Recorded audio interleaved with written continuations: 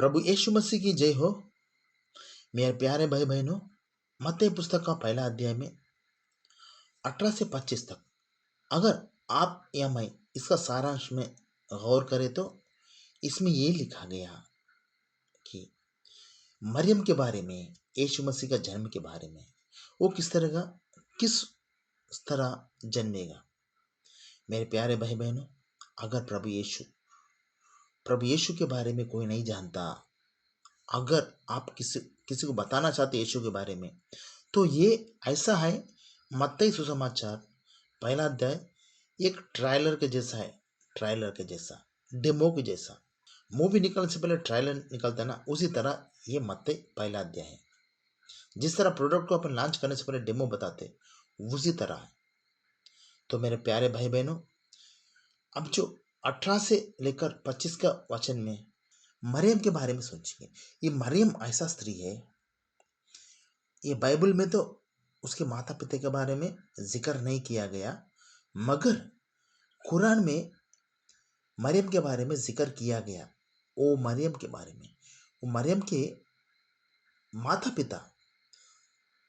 पिता ने अल्लाह ताला को दुआ करते, क्या बोल के, ए अल्लाह, ए परमेश्वर, हमें संतान दीजिए। अगर हमें संतान दिए तो हम आपके सेवा के लिए मेरा पुत्र को दे देंगे, संतान को। इस तरह का प्रभु से प्रार्थना में या विनती करते, तो प्रभु ठीक है बोल के उनको संतान देता। मगर संतान कौन रहता है? एक स्त्री रहती है। तो स्त्री जन्मे तो तब उनके माता पिता ने और परमेश्वर से मोहर लगाते, हे प्रभु, हमने एक बेटे को, पुत्र को बोला था। पुत्र स्त्री के जैसा नहीं होता है। तो स्त्री आई, प्रभु हम क्या करें बोल के प्रभु को पूछे, तो परमेश्वर ने उनको कहा था, हाँ, पुत्र स्त्री के जैसा नहीं होता, मगर मैं इस स्त्री के द्वारा यीशु मसीह को दूंगा। वो सारे सृष्टि के लिए, आप लोगों के पापों के लिए वो बलि होगा, और आपका पाप मिटाने के लिए, और आपको सब कुछ आपका उद्धार करता वो यीशु रहेगा बोल के, इस तरह उस मरियम के माता पिता को बोलते। तब मरियम के माता पिता ने एक्सेप्ट करके निकल के आते। वही मरियम को के द्वारा प्रभु यीशु जन्म लेते हैं, और वो कन्या रहती, किसी पुरुष को नहीं जानती। ये कन्या के बारे में हिंदू धर्म में भी लिखा गया है। किसमें? भगवत गीता में। मेरे प्यारे भाई बहनों, ऐसा उसमें यीशु बोल के नहीं लिखा गया, मगर कन्या के गर्भ में बोल के लिखा गया। कन्या के गर्भ में जो जन्मेगा वही पाप का विमोचक बनेगा, उद्धारकर्ता बनेगा बोल के उसमें लिखा है। मेरे प्यारे भाई बहनों, आप और मैं अगर प्रभु की योजना में है तो प्रभु कभी नहीं छोड़ेगा, कभी नहीं छोड़ेगा। इतना महान परमेश्वर है, सबको एक ही रीति से प्यार करने वाला, सबका पाप क्षमा करना चाहते, सबको अपने पास बुला रहा है, अपने पास बुला रहे। आप मैं कौन हूं? आत्मा है। वही आत्मा को बचाने के लिए परमेश्वर उसका पुत्र को भेजा, क्योंकि शरीर तो मट्टी में मिलने वाला है। हम कहते हैं ना, बड़े लोग वचन में कहते हैं इंसान परमेश्वर का अवतार है। मतलब क्या है? इंसान में आत्मा बसी है, वही आत्मा प्रभु का स्वरूप है। वो आत्मा नष्ट ना होना बोल के परमेश्वर उसका एकलौते बेटे को आपके लिए, मेरे लिए दे देता है। मेरे प्यारे भाई बहनों, इतना बड़ा अवसर जो परमेश्वर आपको मेरे को दिया अवकाश, उसको खोना नहीं। अपने आप को प्रभु के हवाले करेंगे। प्रभु जिस तरह जीने को बोल रहा है उस तरह जी के जन्नत में जाने की कोशिश करेंगे, क्योंकि पाप क्षमा करने के लिए प्रभु रेडी है।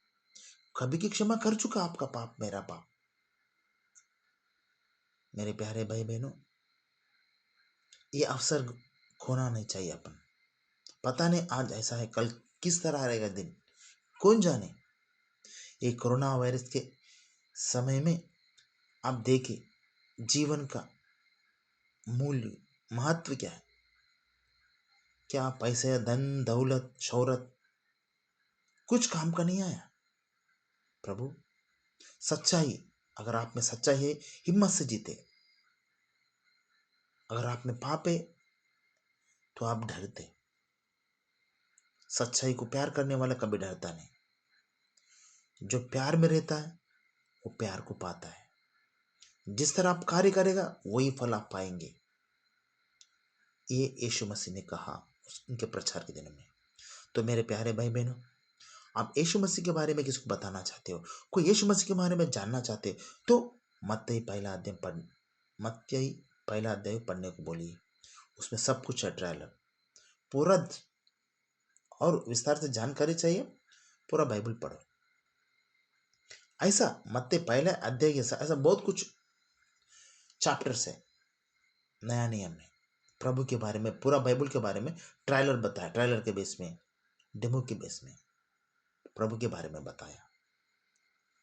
तो इसमें सारांश यही है कि प्रभु यीशु का जन्म किस तरह हुआ, ये बताया गया है। और प्रभु किसको चुनता है, आप वो मैं हो, सब प्रभु की योजना में है। एक मकसद है अपने लिए, वो क्या, आप मैं अपने आप को पहचानना चाहिए, पहचान के प्रभु में आगे जाना चाहिए, पीछे जाने के लिए नहीं है। एक बार धरती में जन्म हुआ तो आगे ही जाएगा, पर पीछे नहीं जाएगा। आप चाहो मत चाहो आगे जाना पड़ेगा। टाइम आगे जाएगा, पीछे नहीं जाएगा। अगर आप रुक गए ना, पीछे पड़ जाएंगे। मेरे प्यारे भाई बहनों, प्रभु हर एक क्षमा करके और चंगाई देके उसके राज्य के लिए आपको मेरे को तैयार कर रहा है। उसके लिए अपने आप को सौंपना है प्रभु को, तो प्रभु सिद्ध करेगा, उसके राज्य के लिए काम करने की शक्ति देगा। अपना शरीर के लिए क्या क्या नहीं करते अपन, आत्मा के लिए क्या कर रहे, आत्मा बचाव के लिए क्या कर रहे। पाप क्षमा करने वाला यीशु मसीह खेला है, उसके अलावा कोई पाप क्षमा नहीं कर सकता है। हर एक में लिखा गया है, कुरान में, भगवद गीता में, हर एक में। फिर भी समझ के भी ना समझे अपन। कभी आंखें खोलते, आंखें खोलो और आगे देखो क्या हो रहा है आपके साथ, दूसरों के साथ। पढ़े लिखे हैं, समझा करो, समझ के आगे जाने की कोशिश करो। प्रभु का आत्मा आपके साथ रहे। आमीन।